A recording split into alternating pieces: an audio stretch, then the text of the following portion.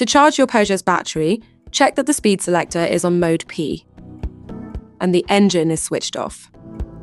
Next, press on the back of the charger flap to open it and ensure there are no foreign bodies on the vehicle's charge connector. White lights inside the charger flap will come on. Insert the pistol into the vehicle's charge connector. The lights inside the flap on the car will flash green to indicate charge. If this does not happen, charge hasn't started. Please start the procedure again.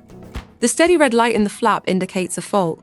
At the same time, when the vehicle is plugged in, the following information will be shown on the digital cluster. Battery status in %, remaining range in kilometers, estimated charge time, and the charging speed in kilometers per hour for electric vehicles.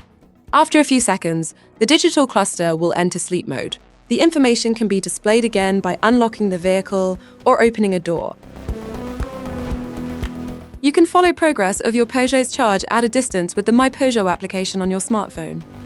Charge completion is indicated when the green lights in the flap stop flashing. The red light in the flap indicates that the pistol is locked. To unplug the pistol from the charge connector, unlock the vehicle if it is locked. If your vehicle is unlocked, lock it, then unlock it,